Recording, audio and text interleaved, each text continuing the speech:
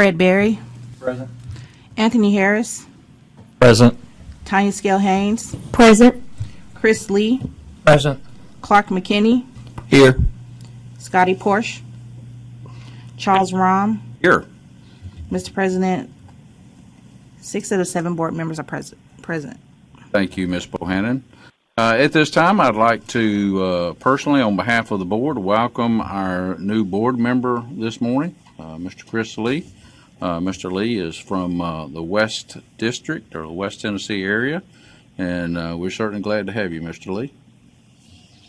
Thank you. It's a pleasure to be here. We've got a lot of experience and knowledge in this room, and I hope to learn on that and to be a vital part of the board, and I appreciate everyone here and what you do as far as serving the state, especially you, Clark. Thank you. We're glad to have you. Thank you. All right. Do I have a motion in regards to the agenda? So move. Second. I had a motion by Mr. Harris, a second by Mr. Berry. All in favor? Aye. You have been given the minutes of the December 14, 2021 meeting for your review. I will give you just a moment if you hadn't had a chance to do that. Move they be accepted. I have a motion for acceptance by Mr. Berry, Second. a second by Mr. McKinney. All in favor? Aye. Next on the agenda is a legal report. We have Mr. Bryant here with us from council. Mr. Bryant, I'll turn it over to you. Thank you, and good morning, board members. The first complaint number is 2021-06-6731. Complainant, mother of the deceased, filed a complaint against Respondent establishment alleging unprofessional conduct. Specifically, complainant alleges that Respondent delayed the service for the deceased without notice. Complainant stated that due to limited financial resources, they were receiving financial assistance in the form of support from a local organization and donations from friends and family. Complainant alleges that despite having paid the Respondent establishment and the cemetery, the service was ultimately pushed back from early morning to 1:30 p.m., resulting in a canceled religious ceremony that had been scheduled for the earlier time. Respondent replied, asserting that in the interest of complainant's limited resources, they proposed more cost-affordable options from their general price list. Respondent asserts that they informed complainant and her family, however, that whatever they decided to do regarding services and payment, it was expected to be paid in full before the date of the service on October 16, 2020. As Respondent attests, over the course of the next week, complainant gradually paid additional funds towards the bill. However, Respondent purports that upon calling the cemetery to confirm before placing an order for the vault, they were advised that the family had made arrangements for the burial on October 16, 2020, but had yet to pay.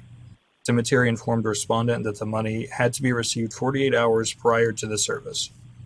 On the morning of the service, Respondent contends they received a call from the cemetery at 8:13 a.m., stating that the family had not paid the cemetery. Respondent then informed its employees to delay the 11 a.m. graveside setup for the deceased. Respondent contends that they attempted to see what could be done with the cemetery, but that the family was ultimately told they would have to reschedule the graveside due to the cemetery not being paid. However, Respondent asserts that they were later contacted by the cemetery that same day, informing them that they had been paid and would allow for a burial to take place at 1:30 p.m., thus resulting in delayed service. This case was sent for investigation. The investigator spoke to complainant, who asserted that she had attempted to pay the cemetery on October 15, 2020, but due to a scheduling issue was unable.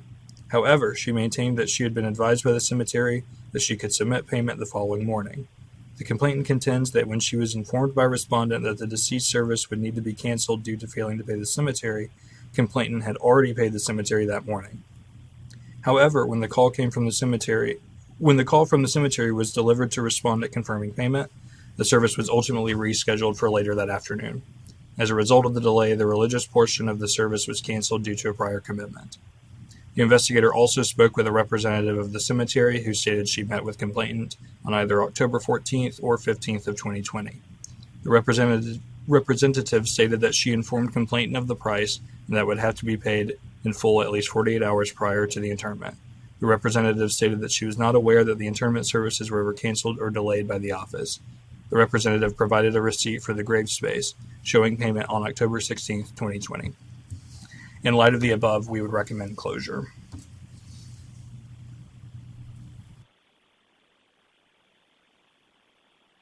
Comments or questions? Comment. So the cemetery representative said they were not aware that that anyone from the cemetery had canceled the services. That's correct. I think from the information that was made available to legal, I believe what had happened is the cemetery understood the situation and had understood that the complainant had expressed to try and pay prior, and they had come to some arrangement. I believe the cemetery contacted the respondent, just letting them know we haven't been paid. And then as soon as they just informed respondent. I believe on the cemetery's portion, they themselves were not canceling or delaying the service. It was just a unfortunate timing and communication between the cemetery and respondent.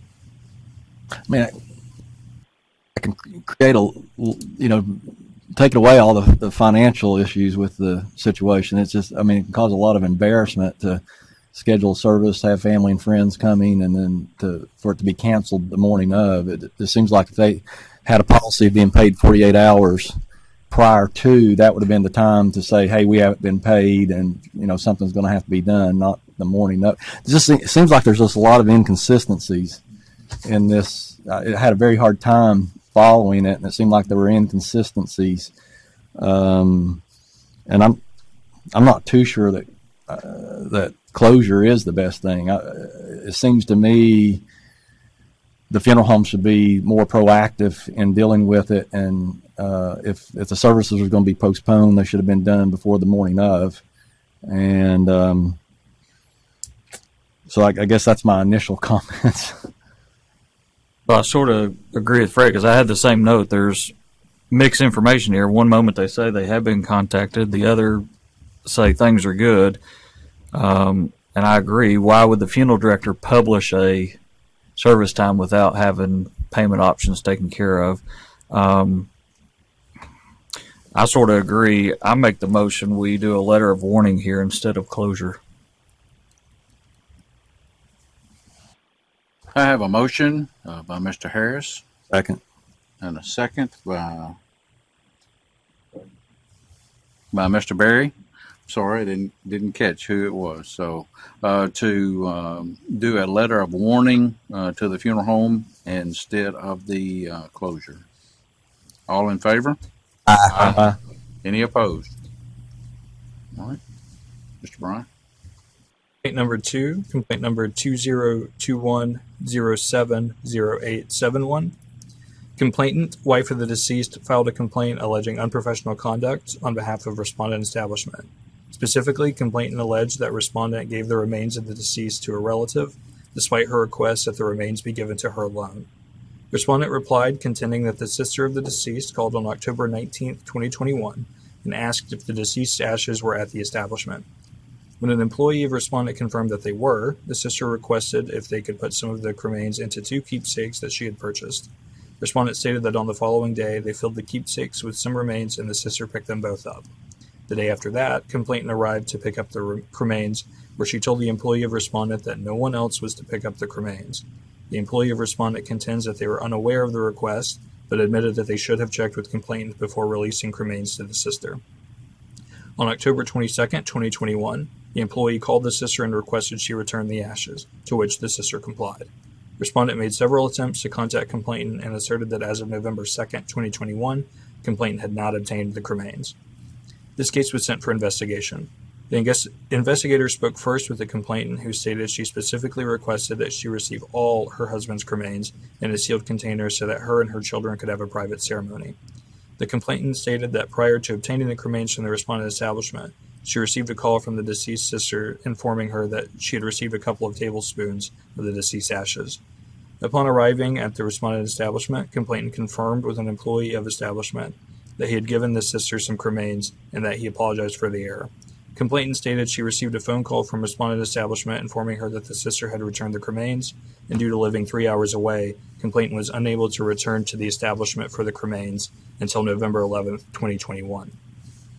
The investigator spoke next to the funeral director, who had made the cremation arrangements with the complainant. During the interview, the funeral director stated that there were no issue with complainant being recognized as the legal next of kin. The investigator made numerous attempts to contact the sister of the deceased, but all attempts were unsuccessful.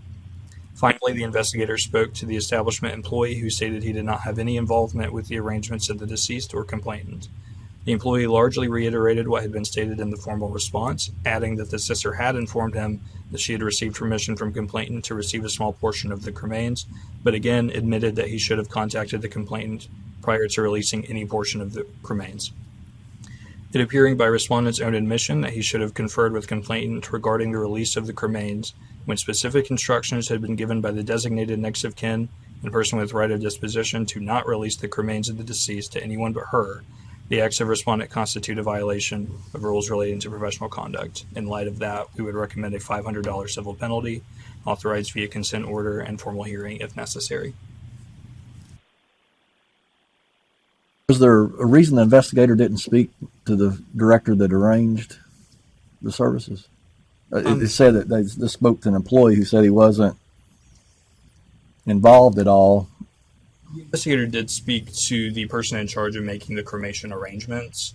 From the documentation we had from that investigation, it seemed like the conversation was fairly brief in that it was essentially he had organized the cremation arrangements, was aware of complainant's request, and stated that they had recognized and given her the right of disposition throughout the process.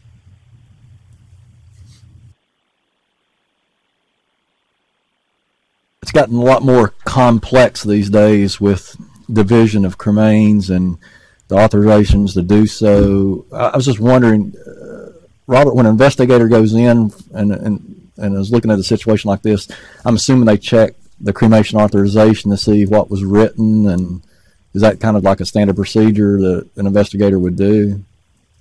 Normally, they would obtain the documents that are in the file, and whatever those documents, including the cremation authorization, they normally obtain those, and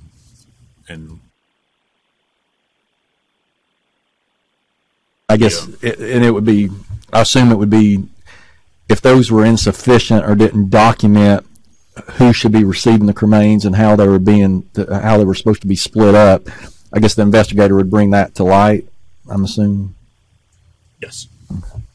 I think one thing that further complicates this, and if I remember correctly, Mr. Bryant, I think the arranging funeral director then had to unexpectedly be off for a day or two, or out of town or something like that. I believe so. That's the reason there was limited interaction post cremation between the arranging funeral director, and that's the reason the other person stepped in. The other funeral director stepped in and took the service. And it sounds like this is all oral instructions, that there's no paper record of anybody giving permission to do this. I believe that's correct. Those files were not in the inspection that came back, so that with the information we have available, I believe that is correct.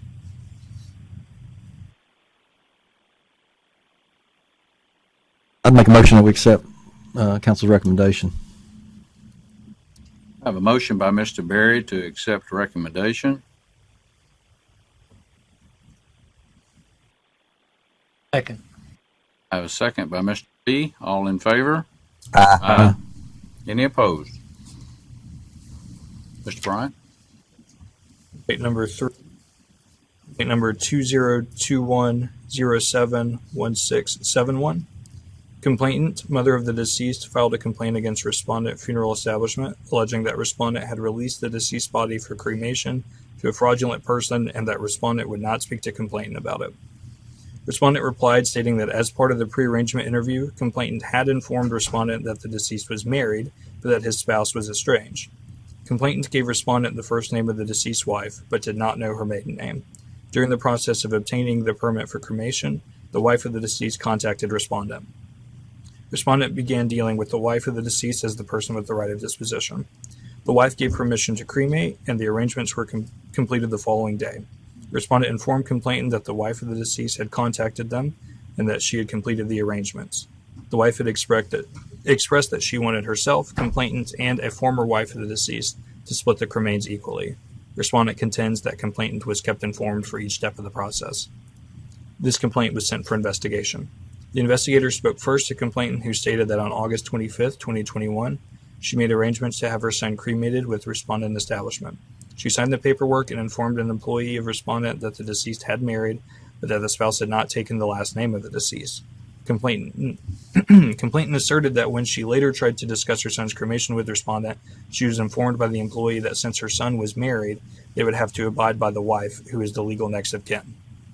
Finally, complainant stated she was upset that Respondent had ceased communication with her after speaking to her son's wife.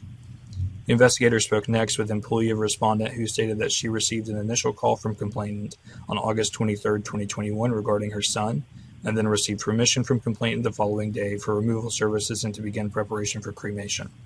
After meeting with complainant, Respondent contends that complainant mentioned for a second time that her son was married, but that the wife was estranged. Respondent contends that complainant even wrote on the working copy of the death certificate as married and listed the wife's name with last name unknown. The employee contends that on August 31, 2021, the wife of the deceased contacted Respondent and began overseeing the arrangements for the deceased. Respondent maintains that following the cremation on September 11, 2021, 1/3 of the deceased ashes were shipped to complainant. Respondent contends that per the instructions of the wife, the legal next of kin of the deceased, Respondent ceased communications with complainant. Based on the above, the heart of the complaint is a next of kin determination. Therefore, we would recommend closure to be decided by a court of competent jurisdiction.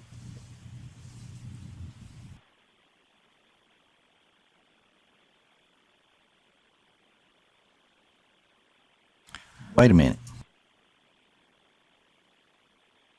Married, the wife is the next of kin, correct? Or can we not determine whether they're married or not? My understanding is that they are married, and that ultimately a determination as to the legal next of kin is, from my understanding, a determination that only a court itself can make. That is a ultimately legal determination, and that, from my understanding, while based on the information we have available, it seems clear that that's ultimately a power that a court holds, and a court alone.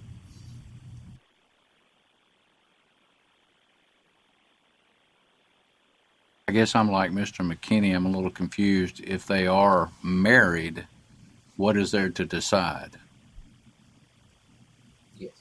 Yes, that's my point. If They're either married or they're not. Mm-hmm. That's correct. My understanding is that from the information we have that they are married. Yes. So is there a possibility that the information we have is not correct? Is that the reason you feel like, or? No, sir. It's again more of the, I have no reason to believe that the information we have is incorrect, especially in light of complainant's acknowledgement that the deceased was married. Again, my reservation was simply on if they're, in light of complainant's complaint that the right of disposition was given to someone fraudulent, that if there were a determination or something that complainant wanted to pursue in that matter as to whether the right of disposition was given to the correct person, then that would be something for a court to decide. But again, with the information we have available, the deceased was married to the person who was given the right of disposition. President, I just wanted to echo that. I find no fault with anything the funeral director did.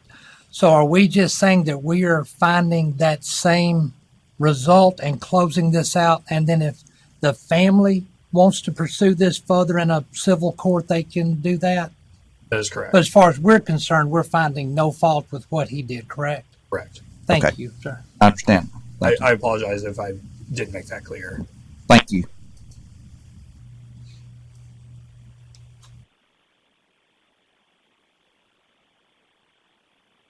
A motion, Mr. President, I don't even remember now. There hasn't been. I'll entertain a motion, closure as recommended by the council. I have a motion by Mr. Lee for closure, Second.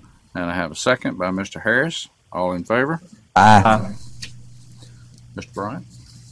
Complaint number 4, complaint number 2021072401. Complainant, daughter of the deceased, filed a complaint alleging unprofessional conduct on behalf of respondent.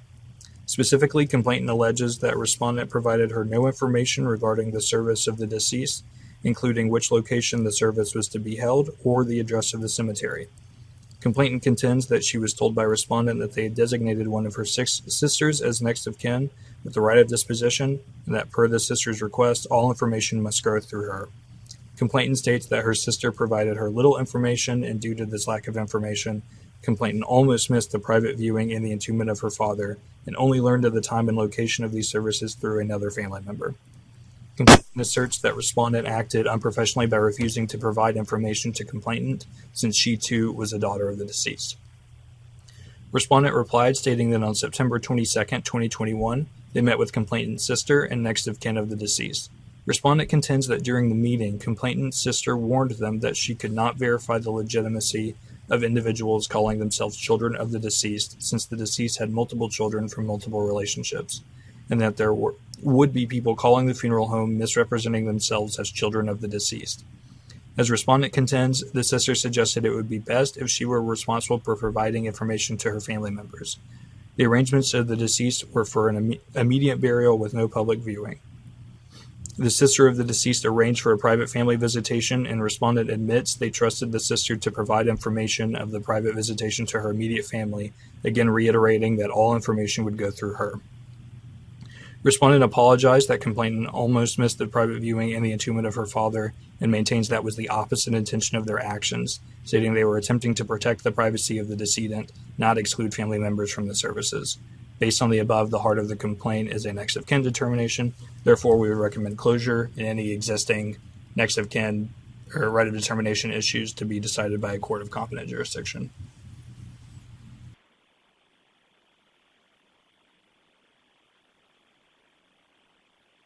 Questions or comments? I guess just a comment. We have several of these situations today, and next of kin issues is becoming more prevalent too these days. But if you have people identifying themselves as next of kin, it seems that a funeral home should give time before proceeding, just based upon another person who's identifying themselves as next of kin, what they're stating. It seems like there should be time given for there to be proof, or for other family members to go to court to get a court order or things like that. So I'm kind of scratching my head a little bit if how much time's given, if the funeral home just immediately proceeds just based upon the word of the other one, when there's been somebody that's come forward that's objected to the services.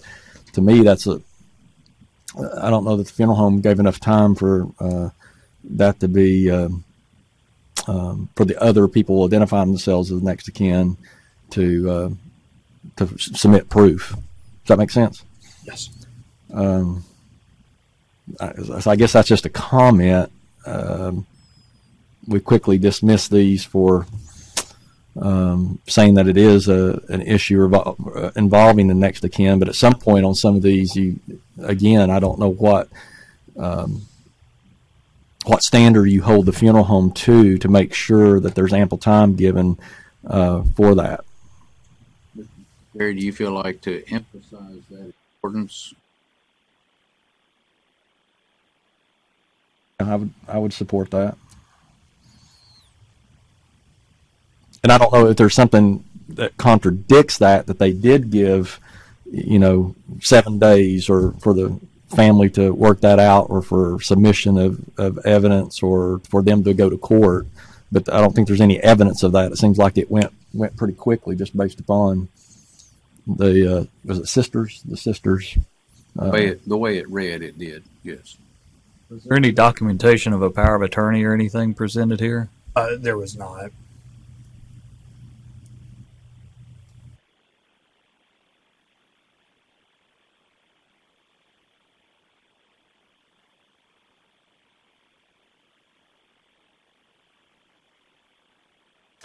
I'll make a motion for a letter of warning.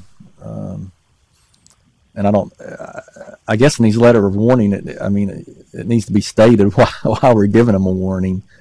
And I just want to make sure that in any situations like this, I think families ought to be given a limited amount of time to try to show what their kinship is, or to bring proof to the table, or at least give them the time to go to court and let a judge make a decision. So I don't know how you'd word that. You're the expert on that. But I'll make that motion. If I could interject, this is Tony Glandorf, the Chief Counsel for Regulatory Boards. I think part of the conversation that I'm hearing is that there's a question as to whether or not there's a legal standard as to what is legally required of a funeral director to do in these instances, and I'm not aware of a law or a rule that specifies a certain period of time that a funeral director has to do. So I think the law is clear as to who has a right of disposition, and if there's more than one person who comes forward, who has the right of disposition in that effect. And I think it's incumbent upon the funeral director to make that decision, at the time. But if the board wants to do a letter of warning, I think we need to be clear as to what we're articulating, because there is not in the law a certain amount of time that a funeral director is required to wait to allow that to move forward. And that I know of. Mr. Glandorf, this is the Charles Rahm, and I understand exactly what you're saying, but I'm like you. We need to be careful, but I think there needs to be something just to reiterate to the funeral home that they need to do their due diligence in making sure that they do have next of kin, if there's children, documented information that shows they are a legitimate child of the deceased. I think that's reasonable, is that when they make their decision, they should be making a decision based on what would be, I guess, reasonable documentation that an ordinary person would rely on. I do know that the statute allows them to take for granted when somebody says that's one of their, this is my position, I am this person, I am of this relation. They're allowed to take that and rely on them to do that.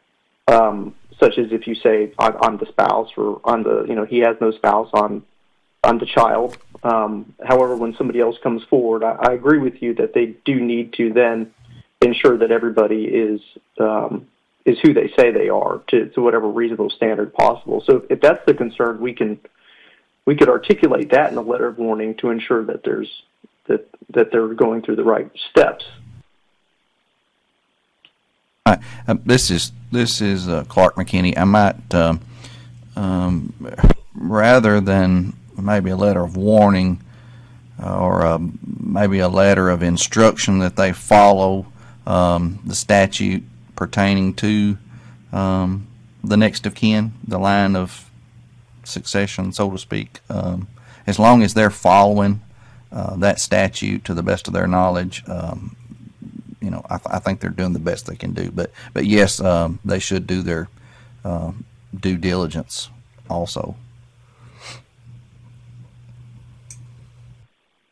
Yeah, I know.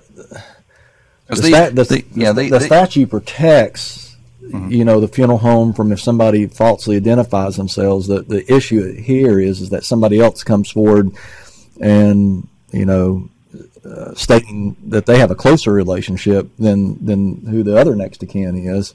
So, what is the funeral home's responsibility to ensure that there's enough due diligence there? So, yeah, whether it's a letter of instruction or I think we're going to see more of these, and we want to make sure we're consistent in how we're handling these.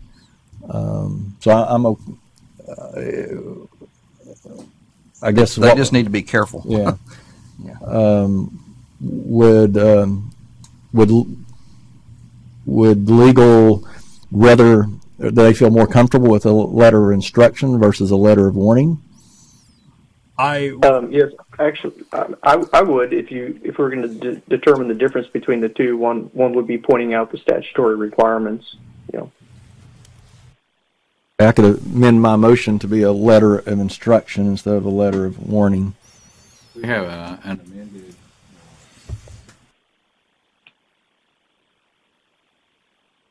motion. Thank you. We have an amended motion by Mr. Berry. Is there a second? I'll second that. And a second by Mr. McKinney. All in favor? Aye. Any opposed? Mr. Bryant? Complaint 5, complaint number 2021074321. Complainant, brother of the deceased, filed a complaint alleging unprofessional conduct on behalf of respondent. Specifically, complainant alleged that respondent allowed an unauthorized person to take over the arrangements for the deceased, even though complainant had already signed a contract for services. Complainant, however, had not paid for the contracted services, as respondent communicated to them that payment would only be due in person. Complainant alleges that after picking out a service for the deceased and deciding on a date for the services, complainant discovered that respondent allowed the deceased's ex-wife and son to take the remains of the deceased. Complainant further contends that as a result of the ex-wife and son's involvement, they were uninvited to the memorial service and were unable to attend the service that they had originally signed for. Finally, complainant contends that respondent provided them neither the remains of the deceased nor provided them notice that respondent was canceling their contract. Respondent replied asserting that they were contacted by complainant on September 24th, 2021. Respondent contends that during that call they inquired as to whether the deceased had a spouse or any children as his next of kin. Respondent asserts that complainant said no. Respondent maintains that they then emailed complainant all the necessary paperwork for the requested services since she lived out of town, and that they never contacted complainant regarding payment. The following day, respondent contends that they were contacted by the son of the deceased, stating he had not authorized them to pick up his father, nor had he given his aunt permission to release his father into respondent's care. After being provided identification, respondent began making arrangements with the son of the deceased. Respondent claims they informed complainant that they would not be able to communicate with her regarding the arrangements, since she was not the next of kin. Based on the above, the heart of the complaint is a next of kin determination. Therefore, we would recommend closure for any existing or lingering issues to be determined by a court of competent jurisdiction. We know if the son was of age. I don't recall that information being in the file, but as I understood it from the way the information read, I believe that is the case.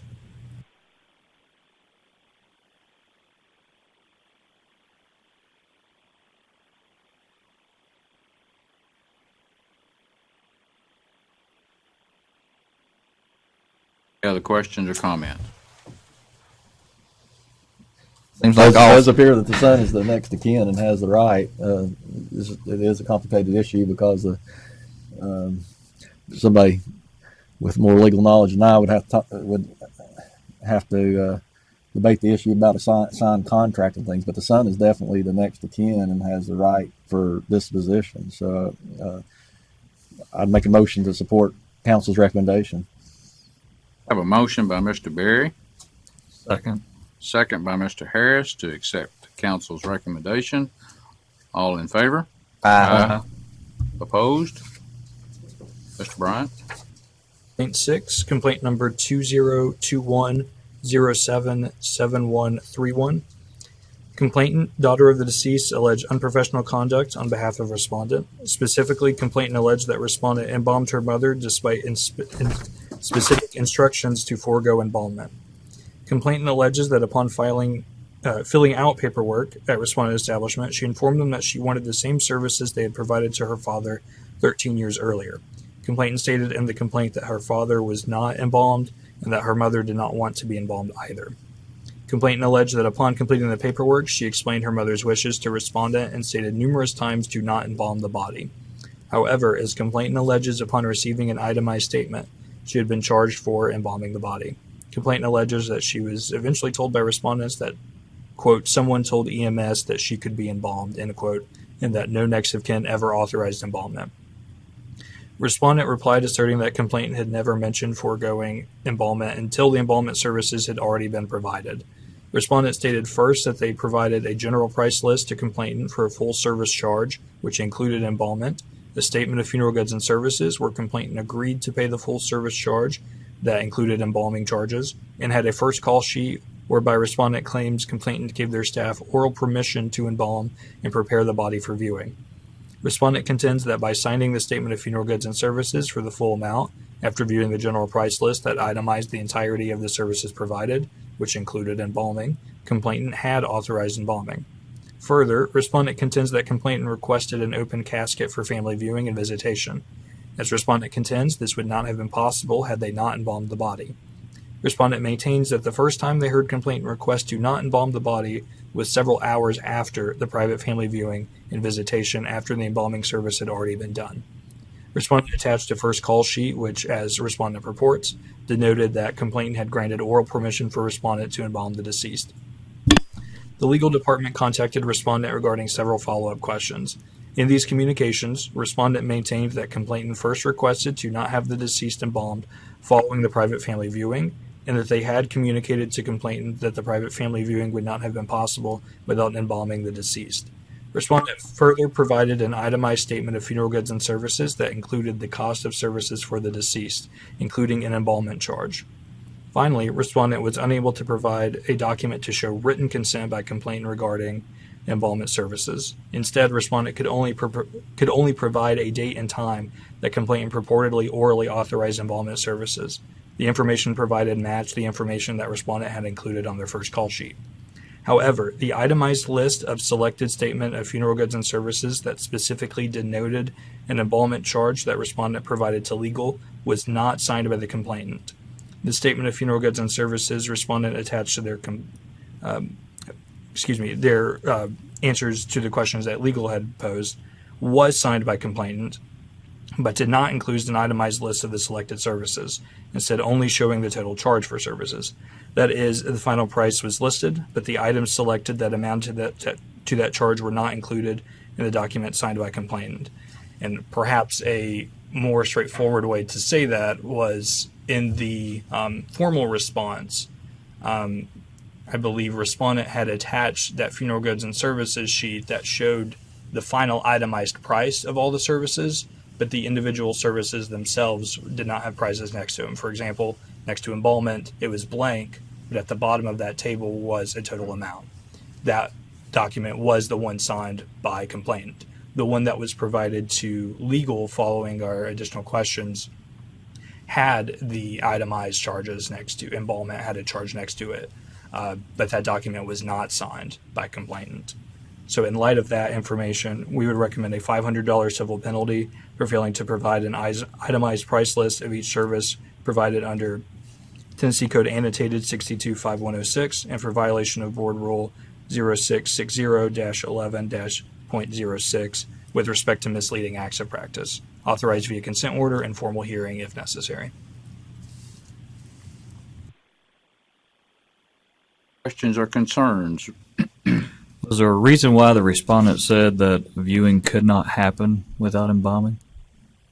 As I understood from their formal response and follow-up questions, it was a timing issue for when complainant requested that service be scheduled, that due to the timing of it, it would have too much time would have elapsed for that viewing to take place had the deceased not been embalmed. Understand correctly, we do not have a signed embalming permission form by itself. That is correct.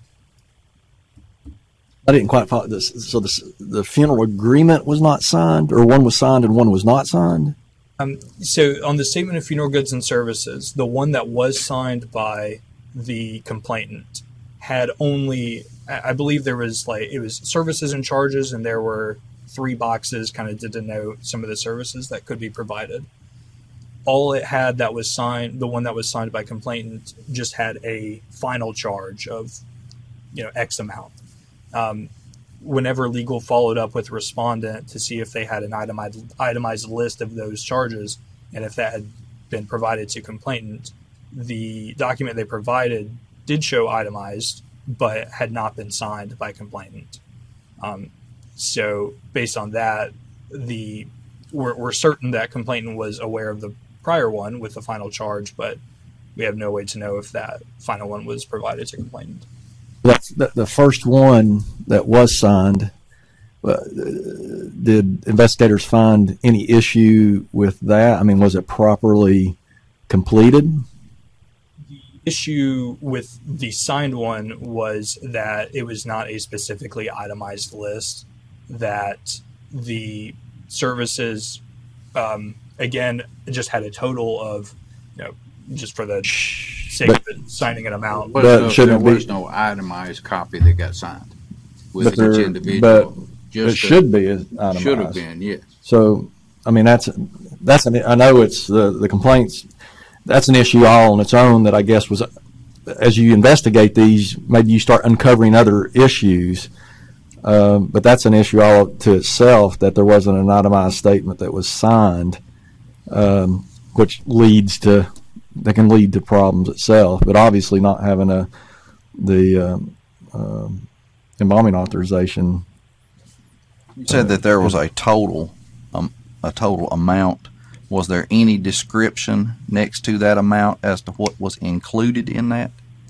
Would it have been a package charge, and did it say this includes embalming, other preparation, so forth? From my recollection, there was not a specific description. I believe, if I understood respondents' response and argument there correctly, was that it had been included in the contracts. They'd gone over it before, and that complainant understood that total included services for embalmment. But it wasn't. It was not written that this fee includes embalming. That is correct. So by looking at the statement, the customer had no indication that they were being charged for embalming. That is correct. Okay. I think what I'm seeing, Clark, is they probably had a traditional service package, and instead of showing what was included, they just put an amount at the bottom.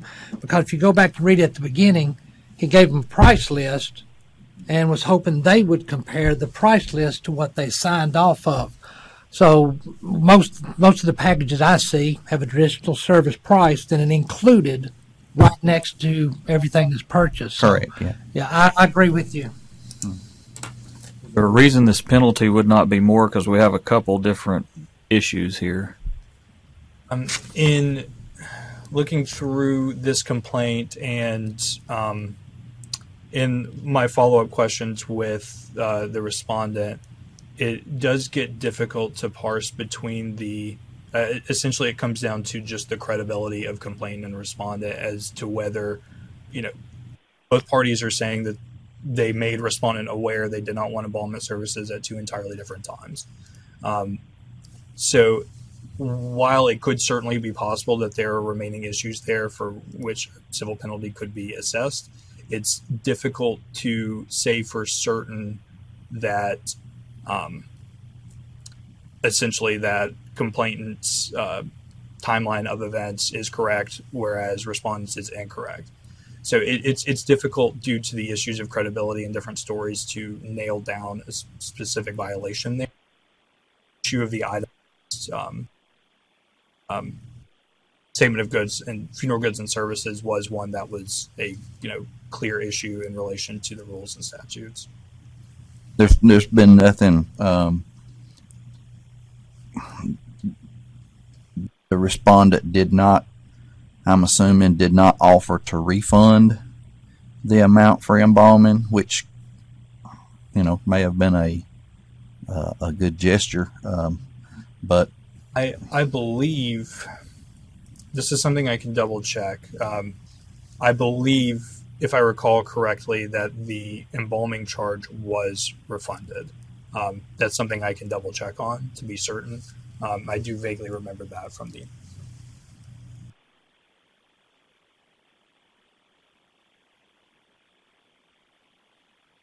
That would be nice to know. I'm not saying they have to do that, but that would have been good information to know whether they offered to do that, and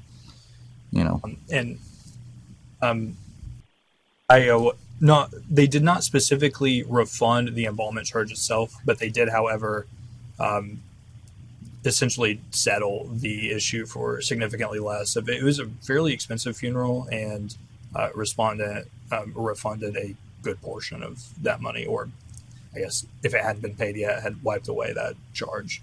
So while it was not here's your money back for embalmment services, it was a significant refund. So do you think did they give more than the embalming? They did, yes. Okay. So because of that, you feel like even maybe $1,000 penalty here would not be justifiable because, we had a failing of itemized price list and there was no signed embalming authorization. So you feel like because they did give some of the funds back, that's where 500 is more justifiable here, maybe? Not necessarily in that. To my knowledge, there's not a law that requires a signed embalming charge. I would say the reason for this specific recommendation, again, is that a good deal of the potential violations lies in, I guess, reliability and credibility of the statements of either party.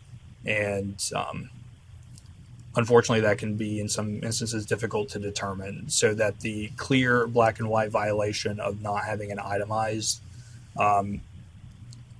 funeral goods and services for embalmment charges is one that I feel confident in, whereas the other ones can be more difficult to determine due to.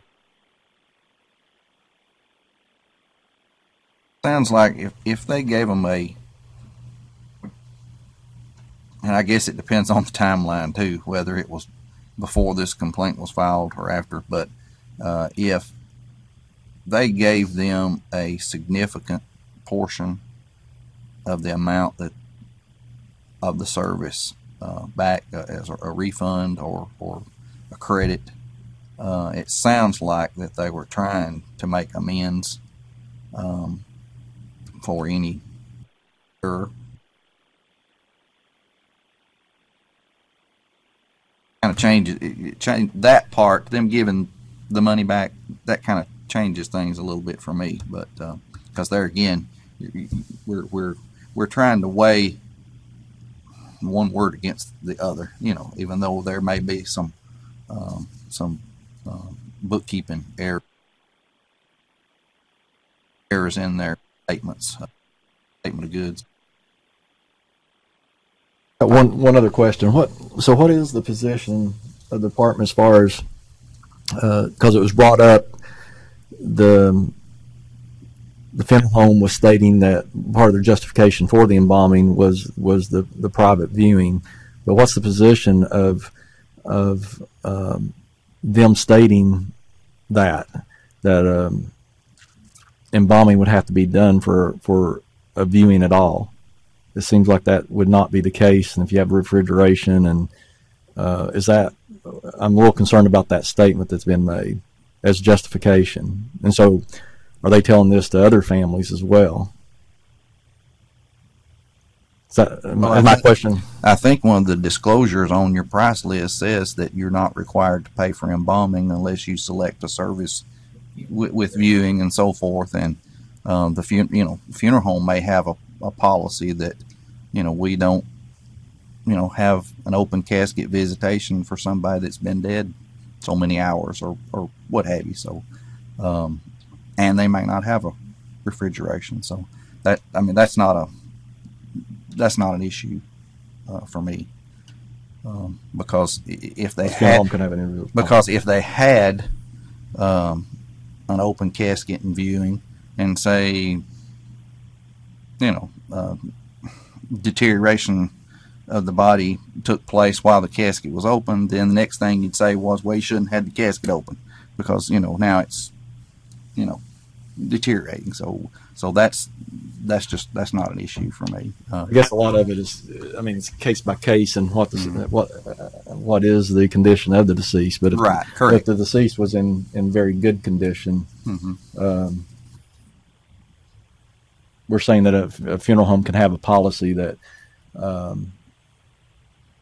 that under no circumstance that if the body's unembalmed that there will be no viewing by family. A funeral home can have that policy. Is that what you're stating?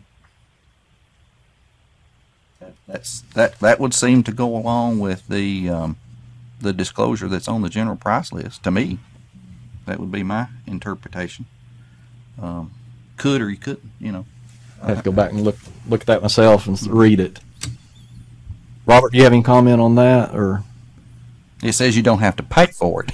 I think that's what it says. You don't have to pay for it. Brian and I talked extensively about this case, and I think that, his recommendation is the clear-cut thing that you see is there was nothing on the statement of funeral goods and services, like Mr. Lee said, that denoted what was included in that package price. And the funeral home did settle for a significantly less amount than what the total funeral was. So, but or to determine either might or might not have done that and determine to what your determination is as for.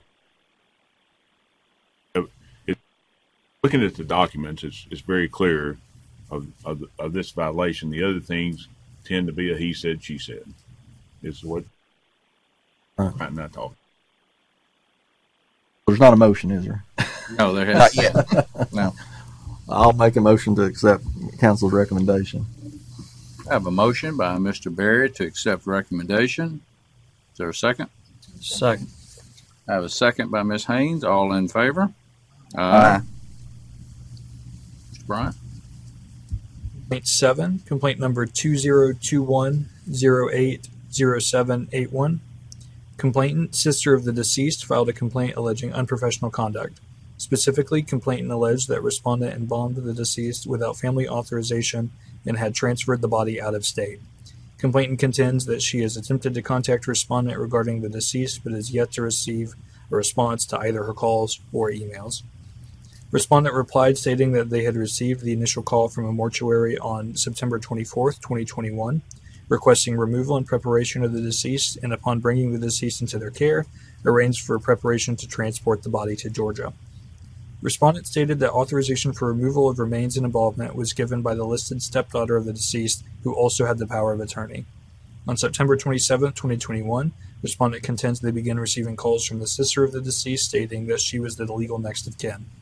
Respondent confirmed with the healthcare facility they had received the deceased from that the stepdaughter was listed as the power of attorney, and the care plan details gave consent for the stepdaughter to make decisions. Respondent contends they shared this information with complainant, but that she was not in favor of the decisions being made and became hostile towards respondent and members of their staff. Based on the above, the heart of the complaint is a next of kin determination issue. We would recommend closure for any lingering issues to be next of kin and right of determination to be determined by a court of competent jurisdiction. Or concerns? Make a motion we accept legal's recommendation. I have a motion by Mr. Harris to accept the recommendation. I have a second by Mr. Lee. All in favor? Aye. That concludes our legal report. Thank you, Mr. Bryant. Next on the agenda is the Executive Director's report. Mr. Gribble? Thank you, Mr. President. Good morning, board members. First is the legislative update for today's meeting.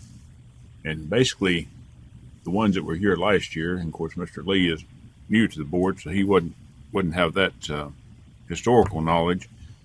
But we took the legislative report from last year, and there were 4 bills on it last year that passed, and they were enacted and given a public chapter. So we removed those 4 bills, and then we added 2 bills, one that directly affects the Board of Funeral Directors and Embalmers, and another one that indirectly affects that. So the first bill listed is House Bill. Well, let me say a little bit more. A legislative session is in 2 years. So this is the 112th General Assembly. So it started in January of 2021, and it will conclude upon adjournment in 2022. So any bill that's listed on here and was introduced last year could become active again. It typically doesn't lots of times. If it didn't go very far in committee last year, then it may not be active and it might not come into play this year, but there's a possibility it could be. So those bills are still listed there. But the first bill is House Bill 2103, Senate Bill 2530, affects funeral directors and embalmers, and as introduced, authorizes the licensed funeral directors to sell pre-need funeral contracts and pre-arrangement insurance policies without registering with the Commissioner of Commerce and Insurance. It requires that continuing education be completed virtually for renewal of embalmer and funeral director licenses that involves a continuous two-way transfer of information. And thirdly, it defines in statute what an unlicensed assistant is that funeral establishments might use. Second bill listed is one that indirectly affects the board, but we wanted to make you aware of it in case otherwise you weren't. House Bill 2352 and Senate Bill 1934. It, as introduced, specifies that a trustee for an improvement care trust fund may establish a separate trust for each individual cemetery or cemetery company, or a master trust for multiple cemetery companies. Specifies that a trustee for pre-need cemetery contracts may establish a separate trust for each contract, a single trust fund for all contracts written by an individual cemetery, or a single trust fund for all contracts written by multiple cemetery companies, and makes other changes related to the establishment and management of an improvement care trust or a trust fund for a pre-need cemetery contract. And then those other bills listed would be what I would term carryover bills from last year.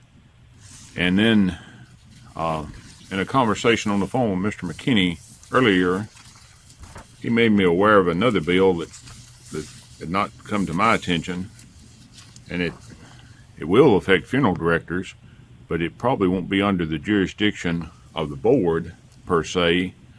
It's going to be under Title 68, Department of Health, is the way it's House Bill 2054. It's not on your report. This was information that came to light later. But I'll read it quickly. The full bill, it amends Title 68 relative to vital records. So it's deleting what is already there and substituting that a funeral director who first assumes custody of the dead body, medical examiner, or hospital employee may file the death certificate. The funeral director, medical examiner, or hospital employee shall obtain the personal data from the next of kin or the best qualified person or source available, and shall obtain the medical certification from the person responsible for medical certification as set forth in subsection C. Whatever that is, it's already in the existing law in subsection C. And then section 2 is deleting and substituting this for E. It says, if the cause of death cannot be determined within 48 hours after death, the medical certification shall be completed as provided by regulation. The attending physician or medical examiner shall give the funeral director notice of the reason for the delay, and final disposition of the body shall not be made until authorized by the attending physician or medical examiner. And then the third section of it is the Act takes effect upon becoming law, the public welfare requiring that. Again, it's House Bill 2054 by Representative, says Campbell, S. So there may be two representatives by Campbell. So this representative, first name, I guess, would start with Did include the information on the bills, on House Bill 2103 and Senate Bill 1934. That packet has those.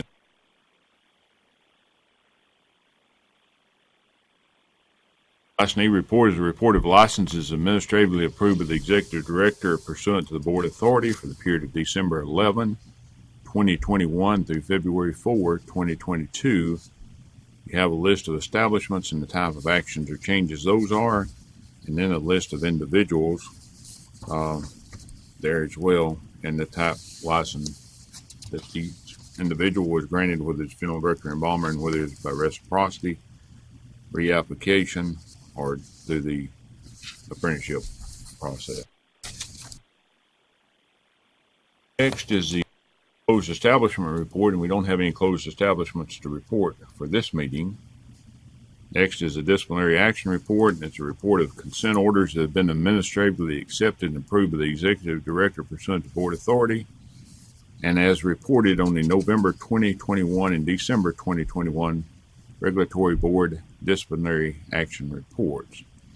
And you have a list of those individuals there. Of course, you'll recognize those as cases that have come before the board. Consent order has been issued by legal, and it's been signed by the respondent and the civil penalty paid. So there's about six of those. Lastly, report, we're showing 38 complaints that are open, 17 against funeral directors and embalmers, and 21 against establishments, for a total of 38 complaints. Mr. President, that concludes my. Any questions for Executive Gribble?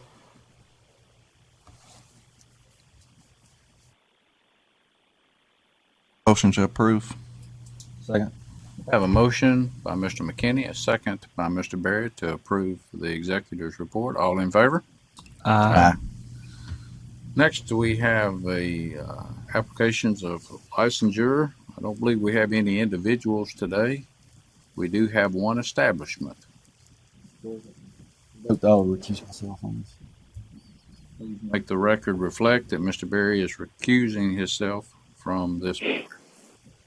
Mr. President, the establishment is Knoxville Cremation and Memorial Services, LLC.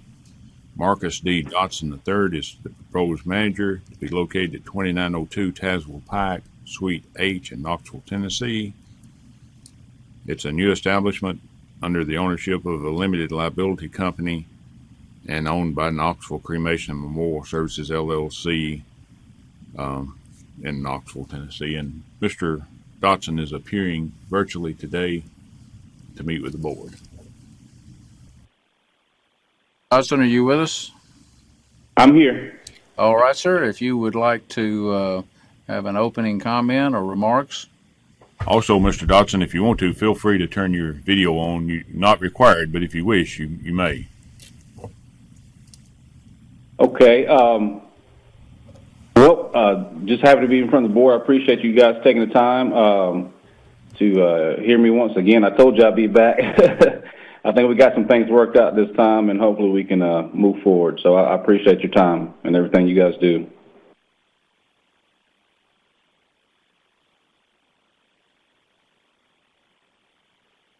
Members of the board, you have his application before you. As you review that, please feel free to comment or ask Mr. Dotson any questions. Looking at the pictures that we've been provided, this location is a standalone suite. Is that correct? Where you walk straight in from the parking lot into your business, is that correct? Yes, sir. Okay.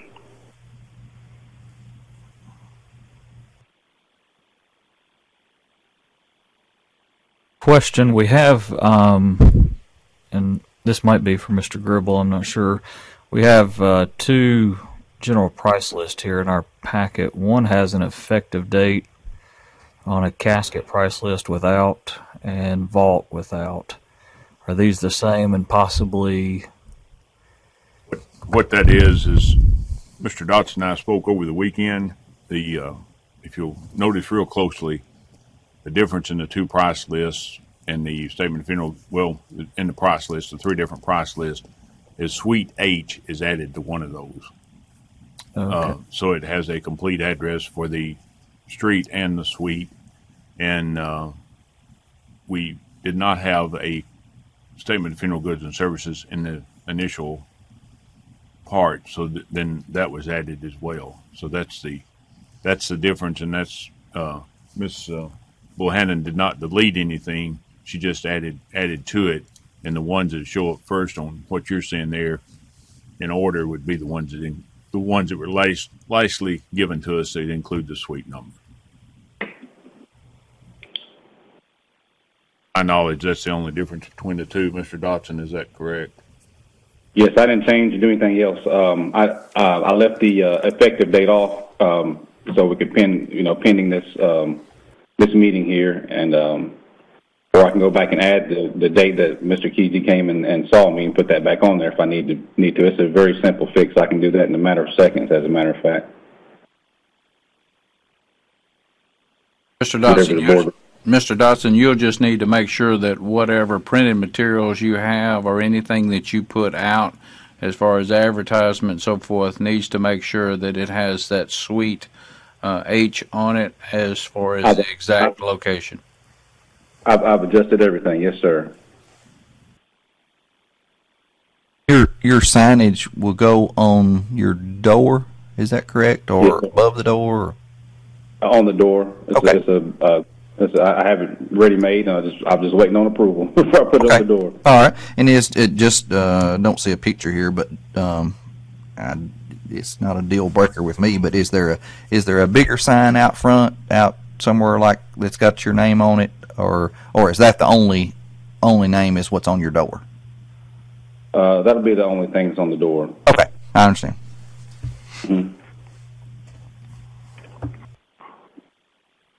Mr. Dotson, this is Chris Lee with the board, and I've just looked at, has the planning been approved on that? I saw where a special use such as funeral homes required an approval to be rezoned.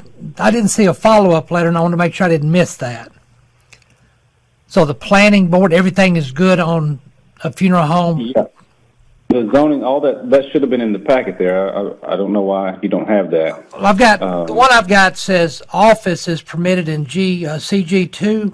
Crematory and funeral homes are special uses, and they require special use approval from the Knoxville County Planning Commission. I just didn't see where they had approved it. I didn't know if they required an amendment or not. No, I talked to Mr. Berry again, and because we were trying to get clarity on the parking, and he said this was what they offered for approval. Okay. If we were to call him, he's probably going to say the same thing, and this is the approval letter. All right, sir. Board members, I looked at that, and I looked at it, took some time to look at it, and how I interpreted it was that because there's going to be an office there, there's proposed to be an office there, that's allowed. If it was going to be a standalone funeral home or a crematory, then it would take that special. And I went back and forth on it, and what you're saying makes and reread it. It's neither is it signed, and we prefer that they be signed. Have a signature on them as well.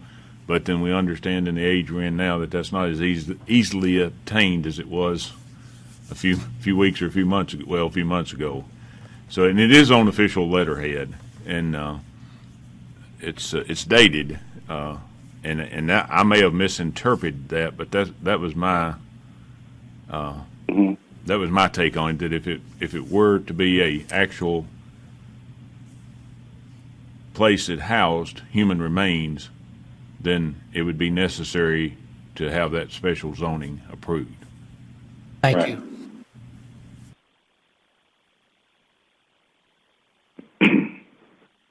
I'll make a motion we accept, but I would ask that he represent those GPLs that show the good effective date. Is that? What would you suggest I put on there? The date that I saw the representative come out, or today's date. Is that needed, Mr. Gribble, or not? Well, it's up to the board. I guess the It's entirely effect. up to the I board. guess if his application is approved,